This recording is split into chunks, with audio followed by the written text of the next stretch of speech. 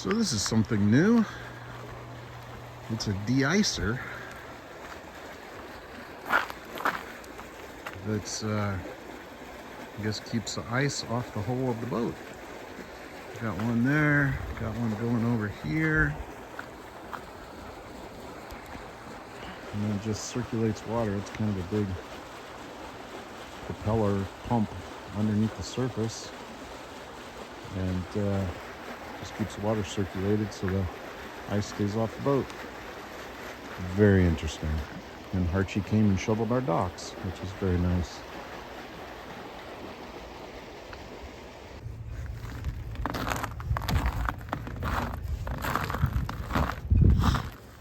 Shooting star is surrounded by ice today. There was no ice last night at 9 o'clock at the final dog walk, but today she got ice. It's moving, so it's not very thick ice. Moving with the tide. And then I hear a de-icer up here. There it is. There's Tracy's yellow boat. A little icy.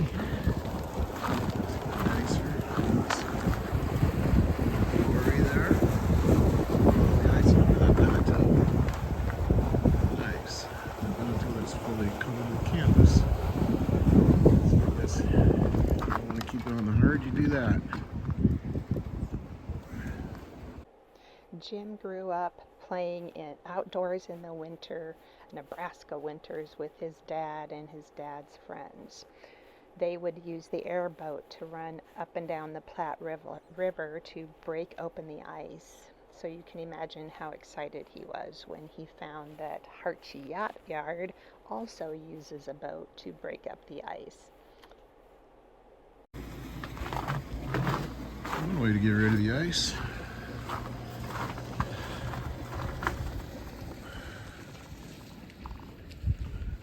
What a great job. Till your motor dies.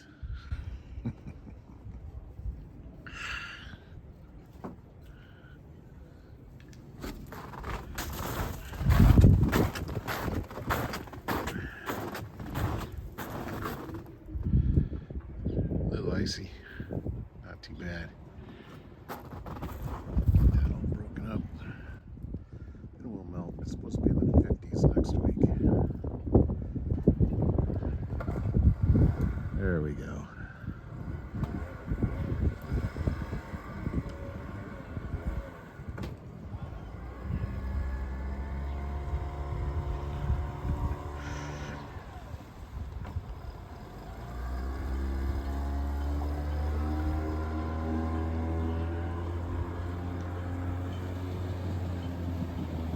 That's awesome. Break up that ice.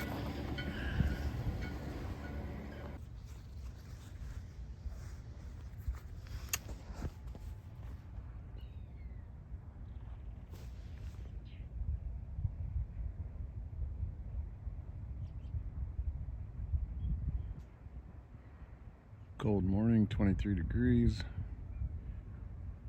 But the West River is unfrozen. Out here in the channel, the boat slips are a little frosted over, and a whole flock of ducks. Looks like cormorants to me.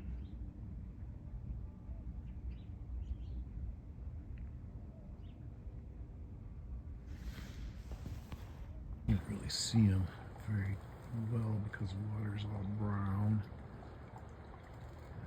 Light's reflecting off of it weird. But there he is. Now you can see him in the shadow of the post. It's a jellyfish. Haven't seen a jellyfish in a long time. But there he is, alive and well. Way to go, Jelly.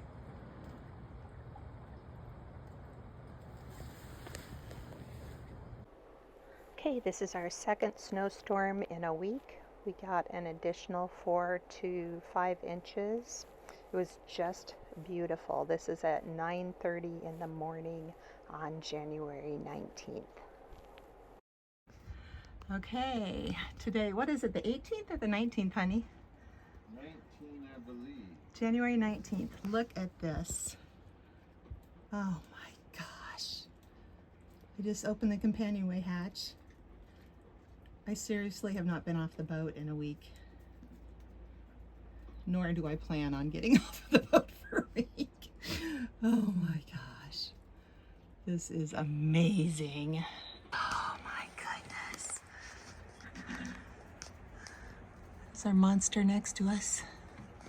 And monster over here. We're in our little sailboat. Oh my goodness, it's beautiful. It's gorgeous. Oh, beautiful. Yes. Okay, Blue. It is peanut butter medicine time. Can you smile for me? There you go. Every morning.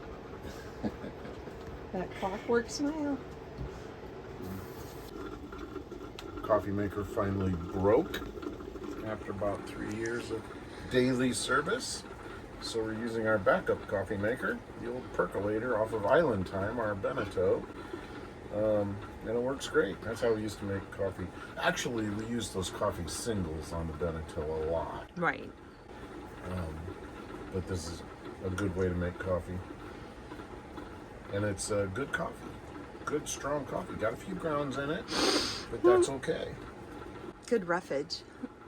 Good roughage. We didn't have a salad last night. So. I mean, I grew up out at the hunting shack where they just dumped the coffee into a pot of water and you tried to drink what was on top. That explains so much. I remember a game warden came by once. I had harvested a deer. It was in the back of my truck, and he came by and he checked that out, and I offered him a cup of coffee. He came inside our old trailer shack, sat down, and I poured him some of this stuff out of the pan, and he looked at it, and he said, "There's some old people who've been doing this for a long time out here," because they were all in the duck blind and I was deer hunting. I said, "Yeah, there's some old people who've been doing this for a long time." That's where that. It was in a came pan? from. In a pan, yeah, just a pan. Just take some water in a pan, dump some grounds in there, and there's your coffee. That's when you really want a cup of coffee to go through that.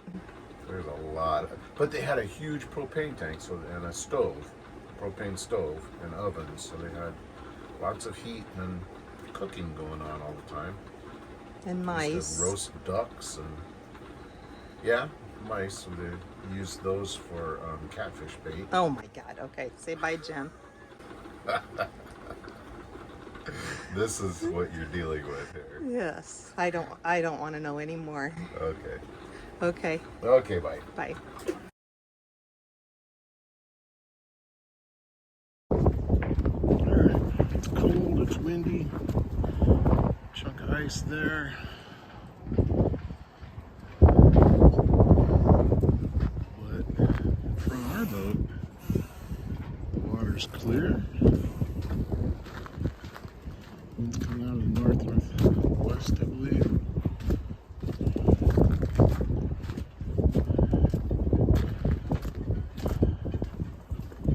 Behind the boat is mostly clear.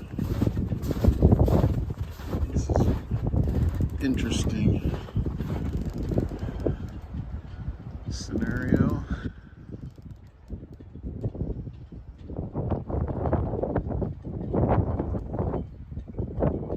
I'm sure the dock workers will break out all this ice on Monday.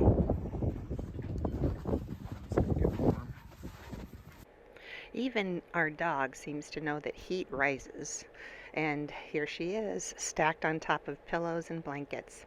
During the winter, Jim is working on indoor projects. What you got there, Jim?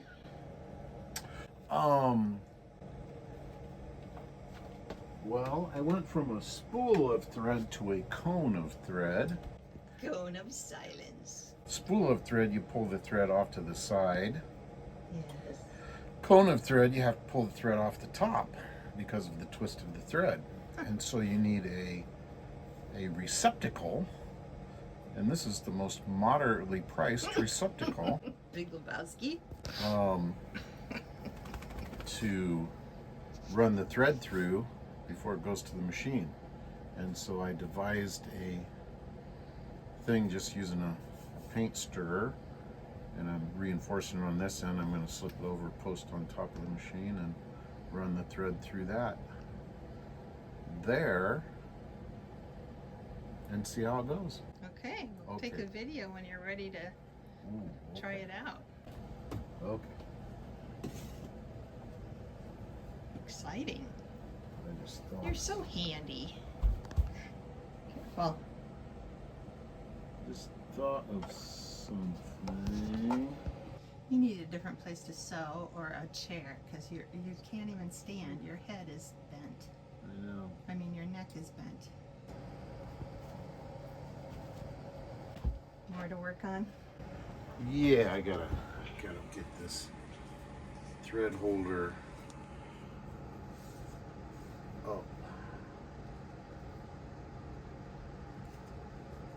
up and away a little bit.